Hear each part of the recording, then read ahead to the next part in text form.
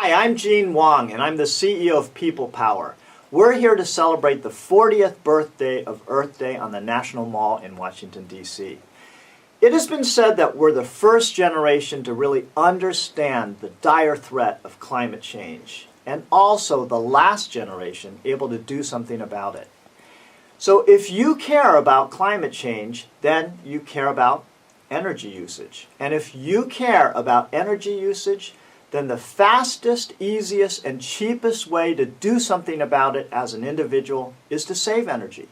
So walk around your house and check out all of those vampire devices such as TVs, computers, cell phones, microwave ovens that actually drain power and money out of your house even when you think they're turned off.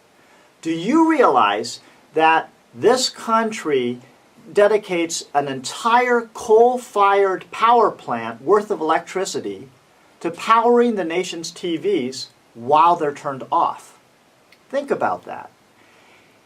We have a great way to help out, though, and that is called Unplug For Earth Day on Facebook. Simply go to apps.facebook.com/unplugit, and in less than a minute, you can pledge to unplug your devices and save CO2, and Mother Earth will thank you.